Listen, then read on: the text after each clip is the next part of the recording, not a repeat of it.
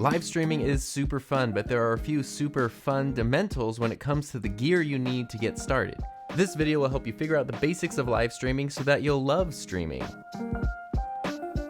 Anyway, the thing about streaming setups is that they can range from super simple to incredibly complex. So before getting swept downstream, let's focus on the basics. We'll create a solid foundation that you can build on over time. But before we get started, I'm gonna make a few assumptions, and you know what they say when you assume, you make really good decisions based on totally accurate information. So the first assumption of this video is that you are not looking for the bare minimum. If you just want to stream with the bare minimum, pull out your phone, tap go live, and then you're set and you're all done. But it's not gonna look the best, it's not gonna sound the best, and it's not gonna be the most capable setup. So while I wanna keep things as simple as possible right now, I am gonna assume that you also wanna look and sound as good as possible, and that is going to take some specific tools and gear and equipment to make happen. My second assumption is that you're gonna be streaming regularly. So streaming could mean YouTube, Facebook, Twitch. It could even be just like a lot of Zoom calls, whatever it might be. It's something that you're gonna be doing consistently because that's what makes all this effort and potentially cost worth it. You don't always need the most expensive, top of the line, high end of everything,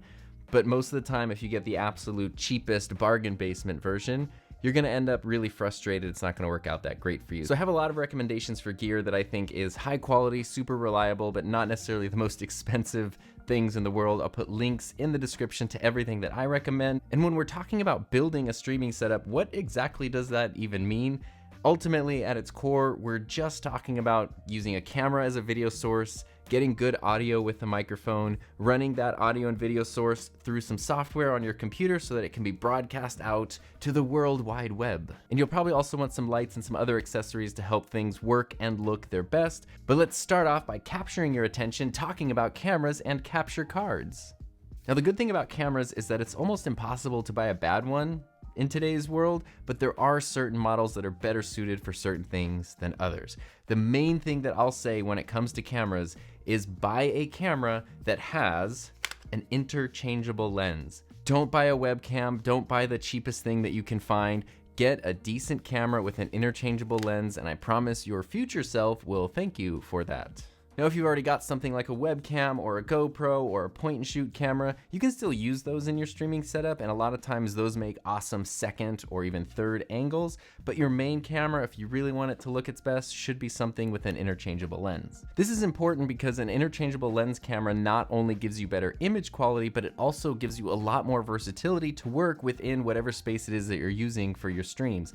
Learning more about lenses lets you focus on a lot of creative possibilities and dialing in the exact look that you want for your live streams. Now, the main cameras that I use for everything videos and streaming are the Sony a7S III and the Sony FX3, usually paired with the Sony 24mm f1.4 lens. This is not a cheap setup. These are expensive cameras, and that's an expensive lens, and it's probably way more than you would need to start with a basic streaming setup. Now, I had been a Canon user since like 2007, and I still have my Canon EOS R, which is a really great camera, especially if you're not too preoccupied with 4K, but I somewhat hesitantly switched to Sony early last year, and since then I've learned that right now, it really seems like when it comes to video, Sony gives you kind of everything that you need without having to compromise, and I've been enjoying my Sony cameras way more than I ever expected. So with that in mind, if you're looking for a new camera, I think that the best value out there, period, right now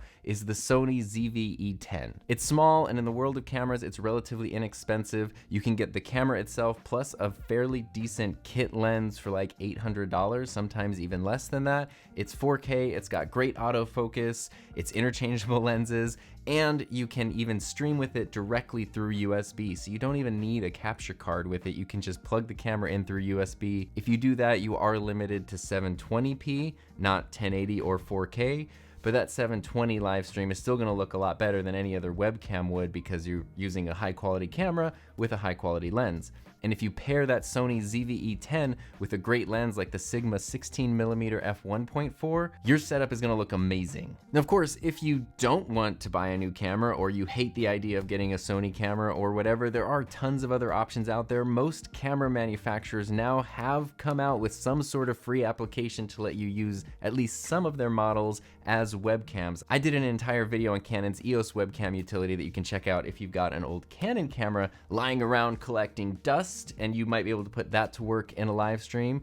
Most of the camera manufacturer streaming software, USB streaming software, is pretty clunky and not super reliable, but it's also free, and it might be at least a thing to help you get started, especially, like I said, if you do have a camera that's just been hanging out, not doing much. It seems like more and more of the newer camera models coming out have built-in USB functionality where you can just connect them via USB and then it shows up as a source on your computer. But if your camera doesn't have that USB functionality, or your camera is limited to a lower resolution like 720 and you want something higher, that's when you might need an HDMI capture card so that your camera will show up as a full resolution video source in your computer. The Elgato Cam Link is probably the best, most affordable and reliable capture card out there. It usually sells for just over $100, but there are cheaper ones out there, and even though they look like the Cam Link, they cam stink because they're not nearly as high quality or reliable. So just get the Cam Link if you need a capture card, and then you'll be all set.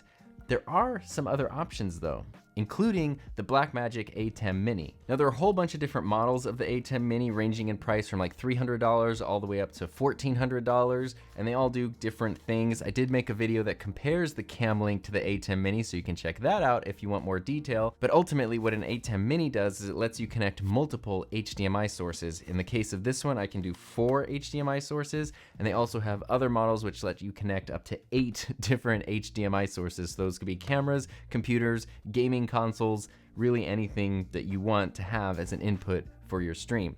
The downside to the ATEMs is that they are limited to 1080p, and the other downside is that all of your sources with an ATEM Mini will only show up as one video source in your computer, because the ATEM itself just looks like a webcam to your computer. So it doesn't matter if you have 4 or 8 sources connected to it, your computer's only gonna see it as one thing. And finally, as we're powering through this whole section about cameras and capture cards, we need to talk about power, because if you're streaming, your camera is probably going to need to be powered on for a long time, and you can definitely run it off of batteries. My EOS R, for example, gets amazing battery life. I can get like 4 hours easily off of just a regular battery with this camera, and a lot of cameras like my FX3 and my A7S III can just run off of USB power. So both of these are just plugged into USB right now. But other cameras that don't have that USB power option, like the EOS R, will just use some sort of AC adapter that usually can be found from the manufacturer. And then your camera and your streams can go for as long as you want because your camera has unlimited power.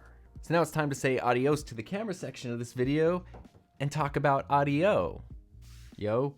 Now, honestly, I would recommend that you upgrade your audio before you upgrade your camera. And the most important thing is to just have a dedicated microphone. There's a whole world of options out there, but just getting a dedicated microphone, not a camera or a computer's built-in mic, but something that's suited specifically for capturing high quality audio, even if it's not the most expensive thing in the world, will make such a difference. So instead of spending like 84 years going over every microphone combination you could possibly have, we'll just cover some of the basics. At its core, the biggest decision that you have to make for your streaming setup is if you want a USB microphone or an XLR microphone. And I know the difference can kind of seem confusing, so here is a simplified scientific explanation.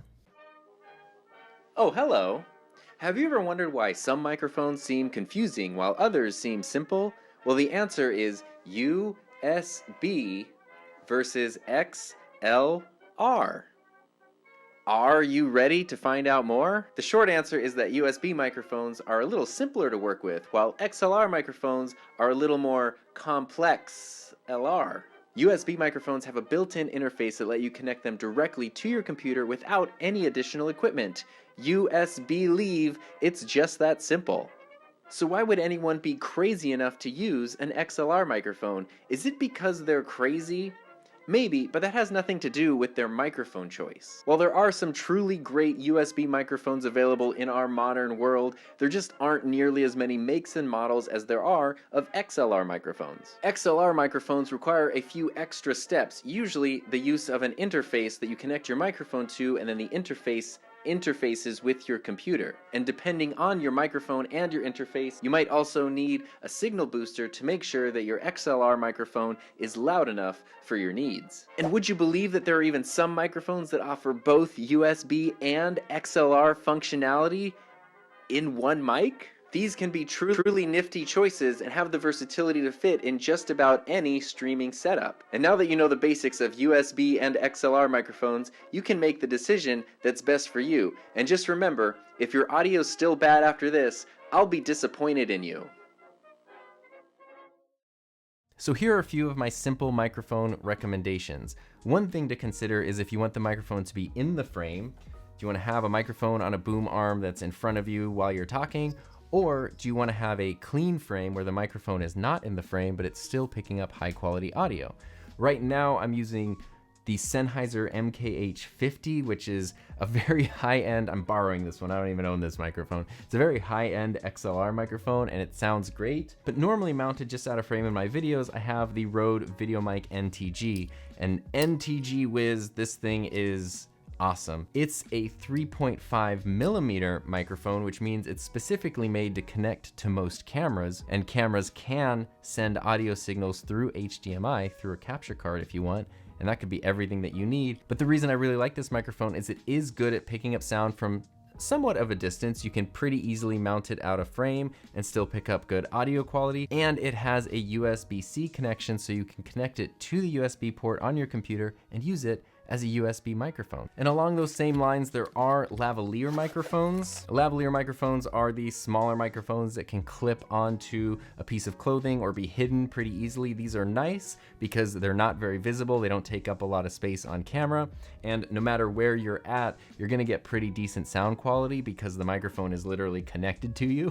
So that helps a lot. And even though there are relatively affordable wireless systems, like this is the Deity Pocket wireless system, which works great and can be used as a USB source on your computer, which is amazing, the downside to that is now you have batteries to keep track of. You want to make sure that these are charged. They usually last a pretty long time, but it's just like one more thing to think of. But now to get to the real meat and potatoes of these microphones, some basic recommendations. I think that this microphone right here, this is the Samson Q2u. This thing ranges in price all over the place, but it can usually be found for around $60, sometimes less, sometimes more. It comes with the microphone, the stand, the mount, and a cool thing about it is that it is an XLR and USB microphone, so you can use it either way, which means it's really versatile. And as your streaming setup might evolve or change over time, you can keep this microphone around and you probably won't just outgrow it. So this is a really great option if you're looking for the highest quality at the lowest price. However, I think that the best overall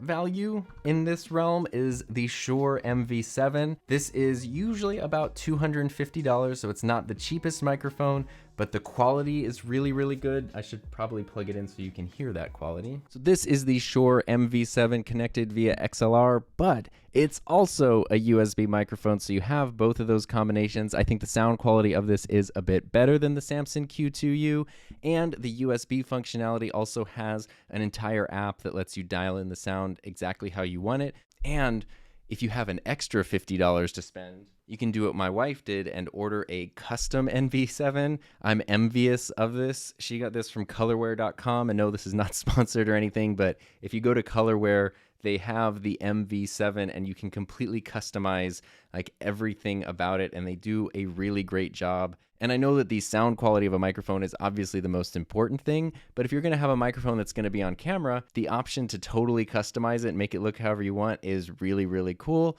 And it's a great microphone to begin with. So having a great looking and a great sounding microphone, is the best of both worlds. And it's likely though that whichever microphone you choose, you will need some sort of stand or mount. These are little Samson tabletop mic stands that I use. And of course there are also boom arms like the Rode PSA-1 that you can use, or the Elgato low profile arm. I have a whole bunch of videos about boom arms, so check the links in the descriptions for that. So if you're using a USB microphone, you just plug it into your computer and you're good to go. But like I said just a little bit ago, if you're using an XLR microphone, then that means you need an interface of some kind. I typically use the Rodecaster Pro, but that might be overkill for a basic streaming setup. If you don't need 4 inputs, onboard recording and effects and EQ and built-in sound pads and all these bells and whistles, you probably don't need to spend the $600 on the Rodecaster Pro. Something like the Focusrite Scarlett or the Go XLR or the Elgato Wave XLR can be great simple interface choices where you can connect your XLR microphone, maybe dial in a little things or adjust the level, and then send it out to your computer. And it's a small little device that just sits on your desk and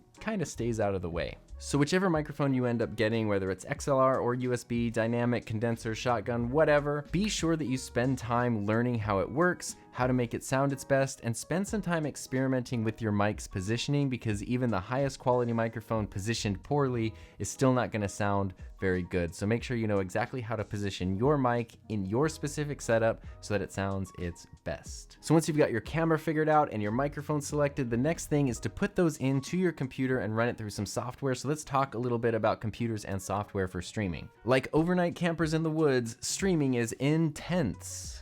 It takes a lot of computing and processing power to take all this info, do magic to it, and then send it out to the world in real time. So some computers are just not equipped to stream. If you have an older computer, it might not be something that's up to the task. A lot of that, of course, depends on your computer's specific configuration. You might notice slow performance or a lot of fan noise. It's especially important to consider your computer if you're planning to use software during your streams, not just for your stream, but actually as part of it. So if you're planning to stream yourself editing video, making a design, working with audio, like using a software application, your computer has to be using the application and handling all the streaming simultaneously. Fortunately, because we live in the magical future, it's not that hard to get a computer that's really good for streaming. My biggest recommendation is to get any of Apple's M1 computers. Whether it's the M1, M1 Pro, M1 Max, whatever, all those Macs are good to the max for streaming.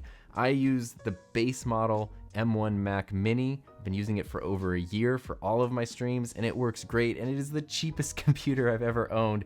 It was like $600. It's just the total base model, but it can multitask, it can handle streaming, it never like makes a sound, the fans don't turn on, the performance doesn't stutter. So if you do need to invest in a good streaming computer, you don't have to spend thousands and thousands of dollars on some super extreme setup. And once you've got your computer set up and you're ready to stream, most platforms will let you stream directly to them. So with something like YouTube or Facebook, pretty much anything, you can just go to your account, select your video source, select your audio source, and start streaming directly, and then you're all set. And so while that's the simplest way to do it, I actually don't recommend it because it doesn't give you a lot of control and options to do extra things with your stream. It's just video source, audio source, go. But if you want to, to add in some flair, graphics, you want to add in some overlays or do split screen things or switch between scenes and angles in a more dynamic way, it's really good to use separate streaming software for that. And there are a ton of options out there. My preferred streaming software is Ecamm Live. I've done a ton of videos about Ecamm Live. It is Mac only and it is paid software, but that app is absolutely worth it. But it's not the only option. OBS is incredibly popular and free streaming software that works on both Mac and PC. Both Ecamm and OBS will let you add graphics, build out different scenes, mix in video and audio sources, even put up comments on screen. Ecamm Live will even let you bring in people to have like guests and interviews, which is really, really cool. I did a whole video that's a deep dive into Ecamm versus OBS if you want to check out the finer points there. There's also a really popular option called StreamYard, which is web-based streaming software. So you put in your video and your audio source, and then you send that out to your YouTube channel or your Facebook page or Twitch stream or whatever. And StreamYard lets you do really cool stuff like bring in guests and put up comments. It is web-based, so that means it takes some of that processing power off of your computer. So if you don't have the most powerful computer in the world, StreamYard might be a really good option. The downside is it's just about as expensive as Ecamm Live, but it's not nearly as versatile or as powerful as Ecamm Live. And even the 1080 streams from StreamYard still look kind of soft and like not full HD to me, whereas Ecamm will let you stream up to 4K and it's a lot more powerful. So even though it's not my option of choice, StreamYard is definitely an option. It can be a good choice if your computer's kind of right on the edge of maybe not able to handle all of the processing for a live stream. And whatever software you're using, you just connect it to the account that you want to stream to, and then you're all set. You press go live and then you're streaming to your platform. And of course there are other options like the YOLObox Pro, which I've made videos about, and this is a mobile live streaming, basically a computer. You can plug in 3 HDMI sources and stream to multiple platforms directly from here without needing to connect it to a computer. It can run on Wi-Fi or its own data SIM card, which is really cool. So even though this video is centered on a computer-centric setup, something like the YOLObox could also be a really cool option if you want something simple and portable. And those are the main things that you need. You can take it a step further. I would definitely recommend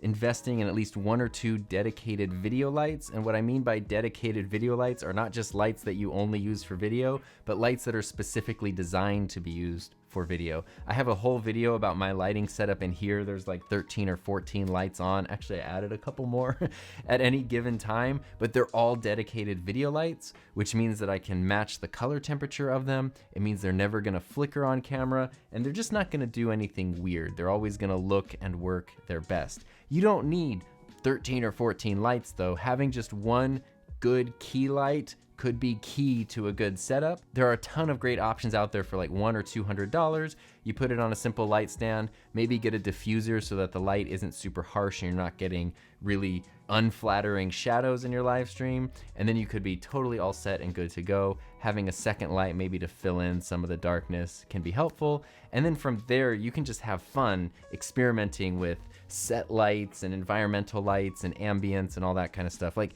believe it or not, this can actually be fun. You can like enjoy it and like experiment with things, and it can be sort of a fun thing to do. It doesn't have to be all serious business all the time. And part of that fun is because the possibilities really are endless. You're never gonna have a perfect, finished, all done streaming setup. So don't even try. It's going to evolve and change over time as your workflow, your skills, your tastes, your needs, all that stuff change too. Your setup's gonna change along with those. And that's, again, part of the fun. And speaking of things that are part of the fun, thank you to everyone who helps support my channel through Patreon and YouTube channel memberships. And if you want to know more ways to level up your live streams, check out this playlist of live streaming tips and tricks to make your streams super slick.